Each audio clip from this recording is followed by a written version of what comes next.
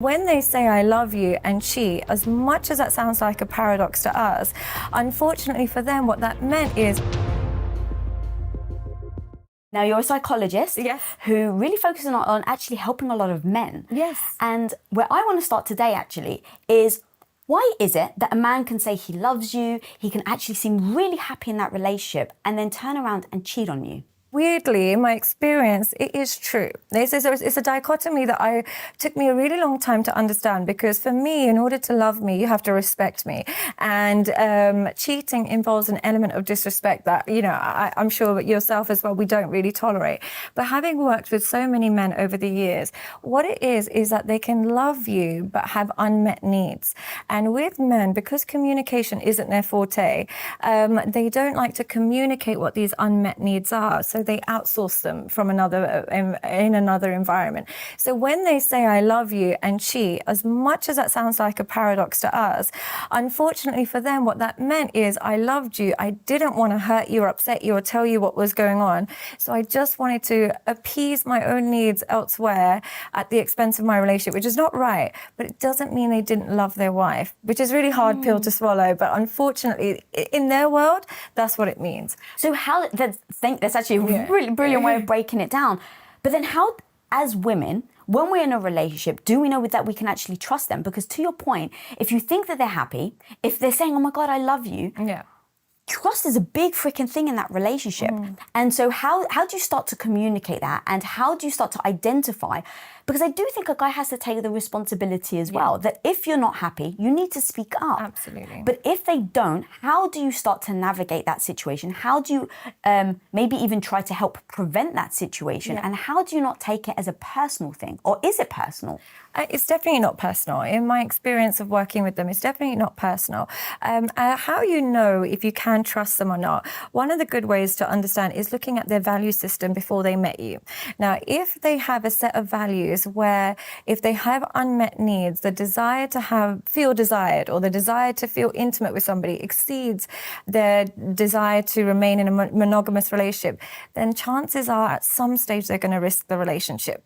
So you really have to look at their values as a person. Now, if they're the type of person that if they want something, they'll get it and they don't mind risking it all, then in the course of a relationship, they can stray. But if they're the type of person who, as much as they might want something, they recognize that the risk is not worth the cost, and they're quite risk averse in general, and they genuinely value their wife's well-being, that person will find it difficult. Even if his wife hasn't slept with him in a long time, hasn't made him feel special, if he cares about her well-being, he doesn't put his needs first. And so that guy is less likely to cheat. Now, as a woman, how you can navigate that is sometimes some women, especially after children, they forget that the man still has needs. They forget that as tired as she is and exhausted as she is and so preoccupied, and this is no flaw of hers, it's just what happens when you become a mum. She naturally can forget that he needs a bit of attention, he needs a bit of love, he needs a bit of affection. And in her attempt to become a mother, and a fantastic mother, she can often neglect her duties as a wife. So what happens is he doesn't want to say, oh, by the way, can you stop looking after the kids and come back to me? So he might outsource it. How I recommend you navigate that is just and it's so difficult for women, but if you can make quality time to ask more open-ended questions to your partner, it makes a world of a difference. Rather than just, what time are you coming? Can you pick up the kids? Can you do this? It's like, how are you feeling? Is everything okay? What's stressing you out? You haven't been yourself. You stay attuned to your partner, they're less likely to stray. Doesn't mean they won't 100%, and doesn't mean you're responsible, but they're less likely to stray. So it isn't personal, but what it is a reflection of is the communication has broken down in some way, shape or form. And is finding a time to reconnect will prevent that from getting to an affair. Okay. I love your honesty. I know what people are thinking at home right now. In the comments, they're saying, why is it my responsibility? The guy should own it. And I actually want to be the voice of saying, you can't control them. No. You can't control if they're communicating, right? Like, people at home right now, please hear me. This isn't to blame women, but you can't control how the guy shows up. You can't force him to communicate. So I just say, in that situation, what is it that I can do? And choose to do or not do, right? I think that what you're doing right now, And it's going to be very tricky to navigate, but I think it's super important. What you're doing is you're saying, this is the way the situation is. This is how men feel, whether you like it or not. Yeah. Now as women, at least if I have the choice to say, I'm going to ask my partner if there's any needs, or I'm exhausted. No, I'm not going to ask him. Cool, don't ask him. But just know the reality of what the potential outcome is going to be. So now setting kind of that stage. You want to go back to something you just said about the value system. Yeah. So how do you start to identify that value system in them? I've heard you say that you can also ask them questions about their childhood that reveal how they are today. Yeah. So take me through what sort of things that we can ask our partners if we're dating or if we're starting or we're already in a relationship with someone to start identifying what those values are. Okay, so great question, by the way. But what I would recommend is how you identify a man's values is you assess their kind of opinions on things that are not related to them. What I mean by this is one of the great things about our jobs is that we can kind of say, oh, someone said this today. What do you think about that? And so you might want to say something like, I read this article about men feeling neglected after a baby's born. What do you think about that? Or a colleague at work said that he feels like his wife doesn't want to have sex with him anymore. What do you feel about that? Or one common thing that a lot of people don't talk about is how men sometimes lose sexual desire for their wife after marriage, after living together. They might have been really rampant before, but they kind of lose their desire and they're not chasing their wife for sex the way they used to. And it's these kind of conversations, how you identify his values is his ability to be honest. Now, if you're with somebody who will tell you the truth, even if it hurts you, you're in luck. And as much as that might sound difficult, it actually creates emotional attunement. He's teaching you how to love him, and you do the same with him. But if you have a partner who is unable to express himself, what will happen is he'll find an outlet to express himself. Hopefully that will be a healthy outlet, but sometimes it can be an unhealthy outlet. So how you assess his value system is you assess how honest he is, even if does he stick to the truth, even if it offends some people. And if he's the type of person where truth matters to him, then chances are he'll be more honest and you can create a connection that will prevent infidelity. So I love the idea of asking someone the questions to see how they're going to respond. Yeah. And then I've heard you say like that it's actually more likely that when a guy becomes a father, that they're more likely to cheat. Is that why? Because they do they feel the guilt of putting it on the mother? Yeah. And so they're just like, if I just go take my needs over here, now I don't have to make her feel bad that she's not giving it up. Absolutely. Unfortunately, what happens is they recognize it is a selfish desire to expect her to be breastfeeding, looking after the baby, just push the baby out and then go and look after him. They realize, they know there's a part of them that can't always expect it, but they want it. They miss the woman they had pre-kids because women do change after children and they become exhausted because children are exhausting. They become preoccupied with the child. They find it difficult to just kind of forget the child and let's go for dinner and just think about dinner. Whereas for a man, they can go and play football, leave the baby, and they can think about football. What they're doing is what they're thinking about. So they miss that one-to-one connection with their wife so much. They really miss it, but they don't know how to say it. And because they don't know how to say it, but they do know how to outsource it, they'll look for somewhere else. And a lot of the time after children is when men turn to pornography more, or they'll turn to escorts, or they'll turn to webcam women more, because they actually don't want to put in the effort of falling in love with another woman, but they do want to feel intimacy again. And they're looking for either a sense of vulnerability or emotional connection with somebody else, especially with these webcam girls. They talk to you and so on and so forth. So I'd want to know what is the emotional and feeling he's seeking from pornography that he isn't being able to get from us. And I would consider it a bit of pornography because it has a trickle-down effect on the relationship. They either find it more difficult to get aroused by their partner or they're less physically attracted. So because it has an impact on my connection with him, I would consider it a bit of cheating. Would you consider it? No, so Tom and I have very open communication and so we talk about porn all the time. And sometimes, like we have a rule, don't ever get offended if he asks for sex, but don't ever get offended if I say no. Right. And so because we've got that rule, if I say no, I still want my husband to have sexual, so I'm just like, go watch porn, babe, but like I'm too tired. Okay. Right? And so because we have that communication, now I think it'd be very different if he didn't approach me, he didn't ask me for sex, and I walked in and he was sneaking it. Yeah. And I think that that's more about the trust, going back to that trust thing that we started with. I think that that's where it comes from, is that, hang on, you didn't trust me enough to even talk to me about it. Yeah. And now what's happened in our relationship where you don't feel like you can communicate that with me? I agree with that mentality. When it is a case of I've approached you first and you're not in the mood, you're tired or whatever, respectfully, I still have needs, I completely agree with that. But when it's a case of my wife, I haven't even approached, I haven't even discussed anything, I'm almost living a separate life, it's quite dangerous. But I also think it benefits the fact that Tom is not 25 years old. These young guys, they've been grown up with pornography and it has a real big impact on their relationships. I think after the age of 35, they can still remember what life was like without pornography. They still prefer human connection. Under 25 and under 30, they can't even remember a time where they had to put in the work to get sexual satisfaction. So that when their wife rejects them, instead of even facing the rejection, they'd rather go straight to the pornography. And that's what makes it a bit difficult. So the key there is date someone over 35. Yeah, I think so.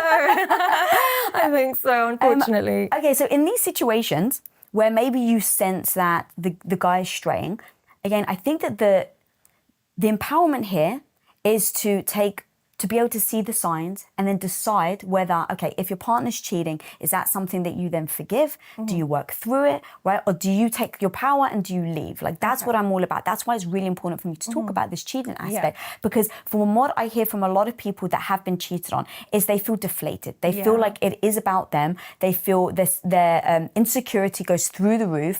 Their confidence, literally plummets. And then it's hard to come back from that. Absolutely. And so what are the signs that maybe someone can identify if they think that somebody is cheating or not? Okay. Well, one thing I always find quite fascinating is when I have clients where the man has been cheating for 4 or 5 years, I almost, and I know this sounds negative, but I almost look at the woman and I think, how did he manage this for 4 or 5 years? What was happening to your connection where somebody could live a double life for 4 or 5 years and you didn't notice anything? And most of the time when that happens, where somebody's lived a separate life, the woman's almost clocked out of the relationship from an emotional perspective, but they're still married on paper or just lifestyle. So what I always say is if you want to rebuild after an affair, or if you want to know someone's having an affair, you have to look at your emotional connection with each other. If you have an emotional connection with each other where on a daily basis you're connecting, you're speaking to each other, you're emotionally, physically, spiritually connected, it's difficult for that person to stray without you realizing. You'll notice within a day or two. Something will be off. His eye contact will be different to you. Everything will be different. But if you're two people who are living separate lives, you won't spot the signs because you haven't emotionally invested in each other. This is man or women. There are men out there that don't realize when their wife is having an affair because they haven't taken the time to notice what she's up to that day, how often she calls, what she wears, and so on and so forth. So when you are so emotionally and psychologically connected to your partner, it's very little that they can do without you recognizing a change. So essentially, it's just a change in behavior. If you see any change in your partner's behavior to how they used to be, and that is emotionally, spiritually, intellectually, your intimacy's changed, then you know there might be new energy entering their world. But if you remain connected, you'll be able to spot that quite early on, and you won't have situations where you're blindsided. Yeah, I've even heard you say, like, they may even be happier. Yeah, unfortunately, they might find, because sometimes some people are so starved of attention from the person they love, when they finally get it, and in any form, even if that new person is really toxic, if they finally get attention, they have a kick in their step and they're all excited to go to work, or they just seem happier. But more often, they're more hostile to their partner. Yeah, that's more often the case. They're hostile. And the reason they tend to be hostile is essentially we all know cheating is wrong. Yeah, even if you grow up with the philosophy that men can cheat, whatever it is, if you have to live a double life, you feel inauthentic. You feel some element of guilt. And the only way to feel less guilty in that moment is to blame your wife. So a lot of men will say, look, she doesn't even cook for me, or look, she doesn't even look after herself, or look, she didn't remember it was my birthday, or look what she did for me on Christmas, nothing compared to my mistress. So what will happen is they'll start being negative towards their wife. They'll start getting critical over small things to remove their element of shame and guilt. So they can be quite ratty for no reason. So they can be happier in general, but they're more ratty towards you. oh, that's so freaking confusing. Yeah, I know. Because honestly, if my husband came home and he was happy, I was like, oh, I'm so happy that you're happy, babe. Like, so I would perceive it to be the other way. Yeah, I would as well. But then the connection with you should be happier. If he's doing well at work and he's doing well in his fitness, and then you two are having better sex and you two, everything is trickling into your relationship, amazing. But if he seems to be all excited about getting dressed up and is going to the gym, but when you ask him for quality time, he acts like you're a burden, then you're like, there's a discrepancy between what's going on in your life and how you're treating me.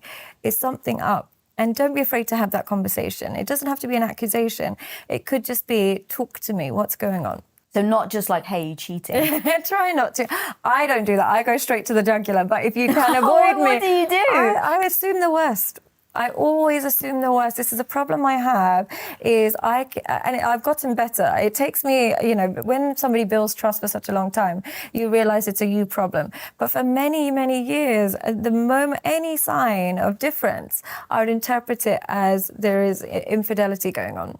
Isn't that strange? Yeah. So I love that you said that, honestly, because as a psychologist who this is literally what you do for a living, even you, and you're like, I've heard you say something like, I know so much about the red flags that almost now everything becomes a red flag. Yeah. So how actually help me work through that and everyone at home, because I love talking about the red flags. How do I identify, right? Going back to how do I control my own life? Yeah. How do I start spotting things that my partner or someone's doing and then now identify things so that I have the control to then act the way I want to act?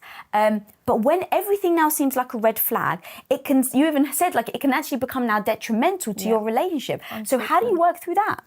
Personally or people? Both. Okay, well, here's the thing. I start with red flags. Try your best to identify your own red flags first. Always. The reason why it's always good to identify your own red flags is then you don't have to control people. When you have self-control and self-awareness, you don't have to control people. If I know I have a tendency to attach to men that use me because I like to feel needed in a relationship. I feel more special when I do everything for a man, and then at least I create a dependency and that makes me feel loved. If I know that's a red flag in me, I'm naturally going to attract a narcissist. I'm naturally going to attract a taker. If I'm constantly leaving my door open and take everything I've got, I'm going to attract a taker. So if I create better boundaries for my own red flags, it means you can have a red flag, you can have a red flag, you can have a red flag, but you're not going to enter my world because I know I've got my armors up for that sort of stuff. So I'd try and recognize your own red flags. And then when you're assessing people, everybody's going to have red flags here and there, but you just have to recognize what's a deal breaker for you. There's character flaws and then there's deal breakers. Everybody's going to have character flaws. Some people might be late, some people might be messy, some people might not be as intelligent as you like, but deal breakers might be, I don't want somebody who can't regulate their emotions and gets too angry. I can't cope with that. I can't cope with somebody who doesn't check in on me and doesn't even see if I'm good or bad, just gets on with their day and is super independent. I can't be with someone who's disloyal.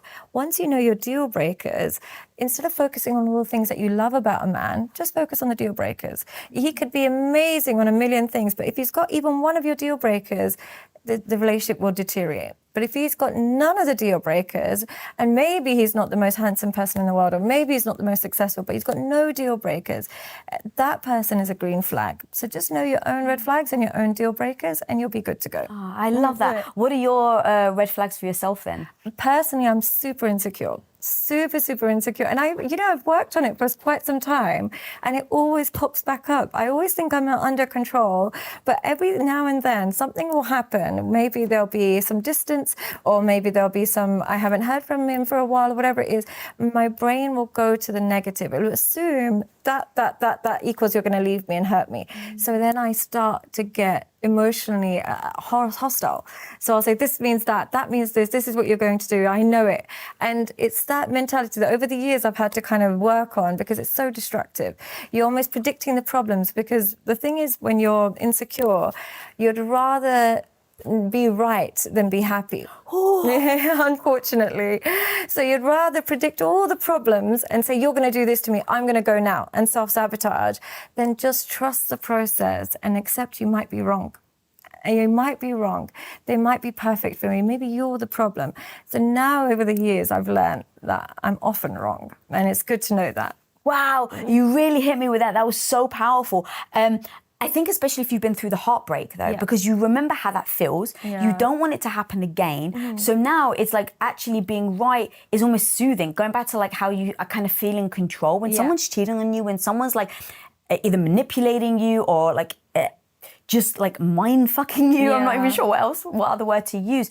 It doesn't feel good. Yeah. And so you never want to get back there again. And so Yeah. because you don't want to get back there again, it's actually it is self-soothing sometimes to see, I was right. Yeah. Versus let me let go, let me trust this person and have the opportunity for them to break my heart. Exactly that. Because here's the thing, you know, with pain, physical or psychological, if we can predict it, it's less painful. So what people do who believe that they're going to get hurt by whoever they're with, they'll pick somebody that they know is going to hurt them. They might pick somebody who's married. They might pick someone who's got a history of being unfaithful. They might pick somebody who's emotionally unavailable. At least they know the pain they're about to receive, and they put an expiration date on the relationship before it starts. It's their way of ensuring that they'll be single again. Whereas when somebody has high self-esteem, they don't want to pick a poison. They don't want to pick pain. They want to pick a form of connection. So when you've got low self-esteem and you're insecure, unfortunately, what you'll do is self-sabotage by picking the person that's going to hurt you in the most familiar way, in the way that you can know and recognize and navigate. And that's why women will go from one narcissistic relationship to another abusive relationship to another cheater and to another cheater, because they're unconsciously picking the pain to reoccur so that they self-sabotage and find themselves single again. Unfortunately. Wow, that's really hard, yeah. Is it more likely then as a predictor that if they've cheated on someone in the past, they're going to cheat on you? Yes. Really? Unfortunately. And it's not a case of because you should always judge everybody with that, you know, paint everybody with that same brush, especially if it was when they were super young and they haven't done it since. You know, there are exceptions to the rule. But usually when somebody cheats, what that suggests is cheating is a coping mechanism. When things are getting difficult in their relationship, rather than confronting it head on and trying to find a way of resolving the issue, they would rather seek a way of numbing the pain and outsourcing somebody else. So they've used cheating as a coping mechanism. And the only way you'll know that they've changed is if they found new coping mechanisms. So if they found a new way to cope with any kind of stress in a relationship, then you can trust them. But if they haven't and they still have communication issues, they still have that kind of trust issue, whatever it is, chances are they'll go to what they know is the easiest way to soothe the pain from when a relationship is falling apart. And if it's been cheating in the past, they'll stick to that. One of the biggest fallacies is that relationships shouldn't be work. Say what? We put time, effort, and hard work into growing our careers or our business, but love should just happen? After 20 years of being married, all starts with being willing to ask and answer hard questions. I have a free downloadable PDF for you for a happy, successful, lasting love. Click the link below for free access to the most important questions you must ask your partner PDF. Oh yeah, God, that really hit home. So before I met Tom, I was dating this guy and I was with him for about 3 years, or 3 to 4 years. And we would have these massive rows, right? And he would be verbally abusive and it was just very toxic and turbulent. And then of course, I mean, I was like 16, 17 years old at the time, but then he would come back and say, I'm so sorry, I'll never do it again. And then of course he would do it again and then I'd leave him and then he would say, oh my God, I'll never do it again. And you so want to believe, like you really want to believe this person's changed. But to your point, what have they done in order to change? Yeah, unfortunately, they have to show a shift in their values. And that doesn't come so easy, and particularly doesn't come with the person who forgives them. Unfortunately, this is the paradox of life. When you forgive a behavior, essentially you give permission for that behavior to reoccur unless you set new boundaries. If you forgive that behavior and there's been no change in boundaries, what will happen is we think we're showing them forgiveness and kindness, and of course they're going to appreciate it and come back with a new personality. They're thinking, I found somebody dumb enough to accept me in my worst form. I'm never letting this person go. So they end up coming back to you, not out of love, but purely because they don't feel like anybody else would accept their unacceptable behavior. And so they come back out of that. And we stupidly think because they love us so much, but really it's because they found somebody dumb enough to accept their unacceptable behavior. Have you been cheated on before? I haven't, which is so strange considering my radar and my anxiety towards it. You would think I've been cheated on loads. I actually have never experienced it. Not that I know of, is what I should say. It's not that I know of, but I would imagine it's because, and you know, when I ask my partner, like, oh, you know, and he said, you make it so difficult to cheat on you. Even if I wanted to, it's so difficult because you kind of predict all the problems and do all of these things. I'm so wary of it, which is a really bad way to live, by the way. It's not a healthy way to live, but that I almost kind of make it like it's not even worth the trouble, because if you were to do it, she'll know within a minute and she'll make a big deal. I haven't been cheated on, but I have an intense fear of abandonment. But so cheating for some reason is my biggest fear, even though I've never experienced it. And from working with couples, you can cope with it. No one dies from a partner that cheats. Personally, I just find it a really difficult situation. Have you ever been cheated on? Not that I know of. And well, but back when I was in my teen years, so yes, I guess I have been cheated on technically. But as far as I know, he didn't sleep with anyone. That was his thing. It was just a snog at a club. For snogging for all the Americans is basically a French kiss.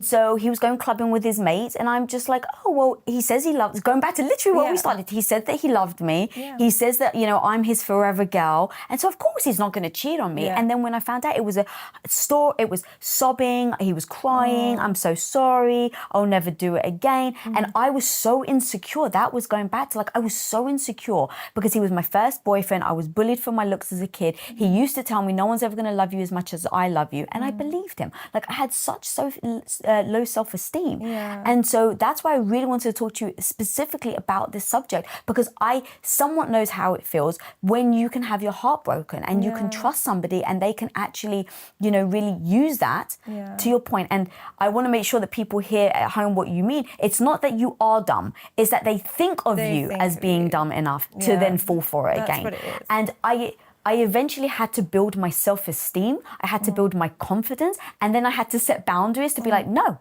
this shit ain't gonna fly anymore, homie. Like, it's just not gonna fly.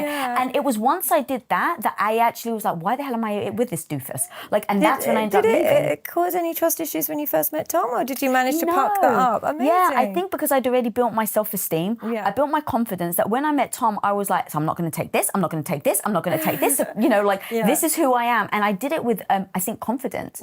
Now, I've been together with Tom for 23 years, and it has been a stacking stone of building the trust over the years.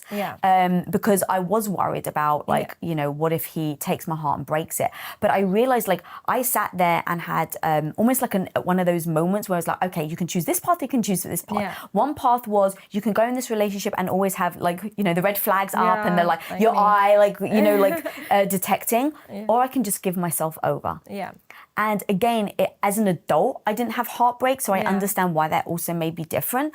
But I just chose to give myself over to Tom. But you also chose wisely in your partner selection. Oh yeah, talk to me about that actually. Because the thing is, as much as you can trust and so on and so forth, when you choose wisely, that really helps let go. For me, that's really worked. When you find somebody, when you choose wisely, the battle is halfway won. Like, a lot of the times what women want to do is they come to me and they're just like, I just want to work on myself because I keep getting anxious about my partner and so on and so forth. But when you look at the partner, they've got very good reasons to be anxious. He comes home late all the time. He doesn't check in. He doesn't really show her concern, and they want to fix themselves.